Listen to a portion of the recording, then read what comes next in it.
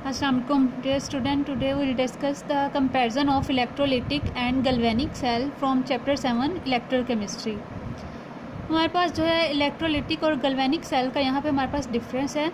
Electrolytic और गल्वेनिक cell हैं क्या, हमारे पास इलेक्ट्रोकेमिकल सेल की टाइप्स हैं।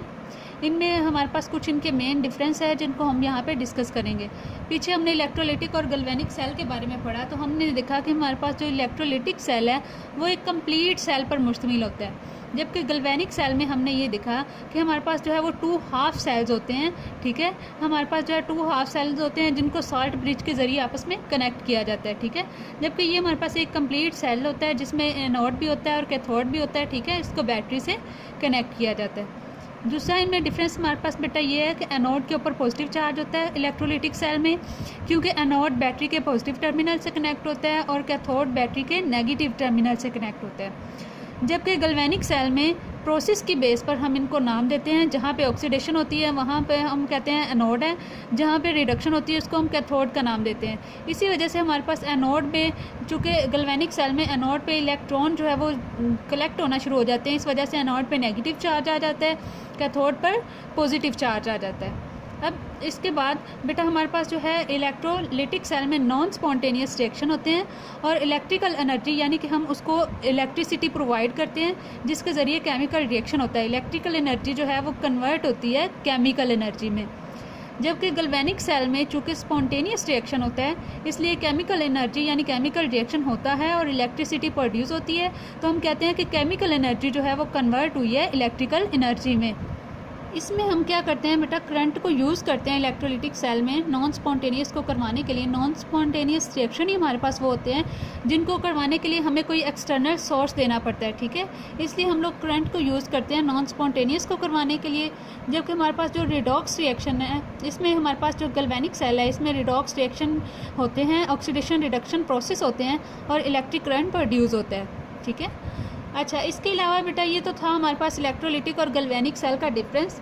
इसके अलावा हमारे पास नेक्स्ट जो है हमारा टॉपिक है केमिकल इंडस्ट्रीज़, यानी कि कुछ हमारे पास जो है वो इलेक्ट्रोकेमिकल इंडस्ट्री, इलेक्ट्रोकेमिकल सेल के बारे में पढ़ा हमने। अब हम देखते हैं कि इनको कहाँ कहाँ यूज़ किया जाता है। तो इलेक्ट्रोकेमिकल जो इंडस्ट्रीज़ होती हैं वहाँ पर डिफरेंट थिंग्स की प्रिपरेशन के लिए, मैन्युफैक्चरिंग के लिए इसको इस्तेमाल किया जाता है। उसमें सबसे हम पहले डिस्कस करेंगे manufacturing of sodium metal. Sodium metal को हम इलेक्ट्रोकेमिकल सेल में किस तरह से प्रिपेयर करते हैं। ठीक है, तो सोडियम मेटल के प्रिपेयर किया जाता है किससे, फ्यूज्ड NaCl से। ठीक है, क्योंकि जो सॉलिड NaCl होता है वो हमारे पास क्या होता है कि वो नॉन इलेक्ट्रोलाइट होता है। हम कहते हैं कि उसमें से इलेक्ट्रिसिटी पास नहीं होती। ठीक है, क्योंकि वो क्रिस्टल की फॉर्म में होता है, 3 डायमेंशनल स्ट्रक्चर में होता है। लेकिन हम क्या करते हैं, जैसे हमारे इंडस्ट्रियल स्केल पर हम क्या करते हैं बेटा, फ्यूज्ड NaCl को यूज़ करते हैं। ठीक है, अब यहाँ पे हमारे पास इंडस्ट्रियल स्केल पर हम क्या करते हैं कि मोल्टन सोडियम मेटल जो होती है उसको ऑब्टेन करते हैं by electrolysis of fuse NaCl। अब NaCl की प्रिपरेशन के लिए जो हम इलेक्ट्रोकेमिकल सेल यूज़ करते हैं बेटा वो हमारे पास कौन सा है, डाउन सेल। ठीक है, अब हमारे पास जो है इस डाउन सेल की सबसे पहले हम कंस्ट्रक्शन देखेंगे।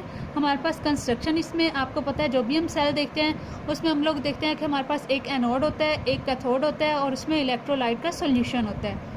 तो हमारे पास जो डाउन सेल है इसमें हमारे पास इसके सेंटर में एक सर्कुलर फर्नेस होती है जो किस पर होती है बेटा, उसमें जो है वो सेंटर में, इसमें डाउन सेल के सेंटर में एक लार्ज ब्लॉक होता है ग्रेफाइट का जो कि एनोड के तौर पर एक्ट करता है। ठीक है, ग्रेफाइट का एनोड है और उसके ऊपर जो है वो सर्कुलर फर्नेस होती है ताकि एनोड पे जो गैस प्रोड्यूस हो वो फर्नेस के ज़रिए वहाँ से इमिट हो सके। ठीक है, ये हमारे पास क्या है, डाउन सेल में सेंटर में लार्ज ब्लॉक जो है वो ग्रेफाइट का वो एक्ट करता है एज अ एनोड।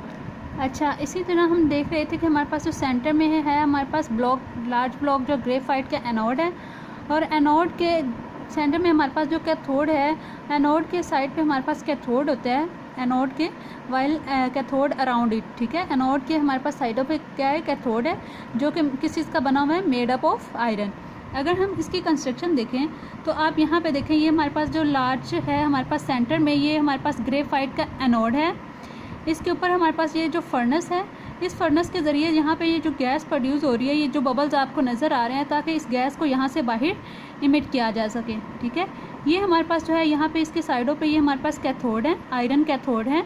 ठीक है, इस कैथोड को सेपरेट करने के लिए यहाँ पे हमारे पास जो है वो स्टील, कैथोड और एनोड के सेंटर में हमारे पास जो है वो स्टील की एक स्क्रीन लगाई जाती है, ताकि जो हमारे पास एनोड पर और कैथोड पर जो चीज़ें प्रोड्यूस हो रही हैं उनको आपस में इंटरमिक्स होने से बचाया जा सके। ठीक है, तो ये हमारे पास यहाँ पे हमारे पास ये है NaCl इनलेट है, ताकि यहाँ से हम सोडियम क्लोराइड को एंटर करवा सकें। ये हमारे पास इसमें इलेक्ट्रोलाइट है मोल्टन NaCl। तो ये हमारे पास जो है वो इसमें डाउन सेल की कंस्ट्रक्शन है सोडियम मेटल की प्रिपरेशन के लिए। नेक्स्ट लेक्चर में हम देखेंगे कि वर्किंग किस तरह से होती है और किस तरह से हमारे पास जो है वो सोडियम मेटल की प्रिपरेशन होती है। ठीक है, तो ये हमारे पास थे कंस्ट्रक्शन ऑफ डाउन सेल।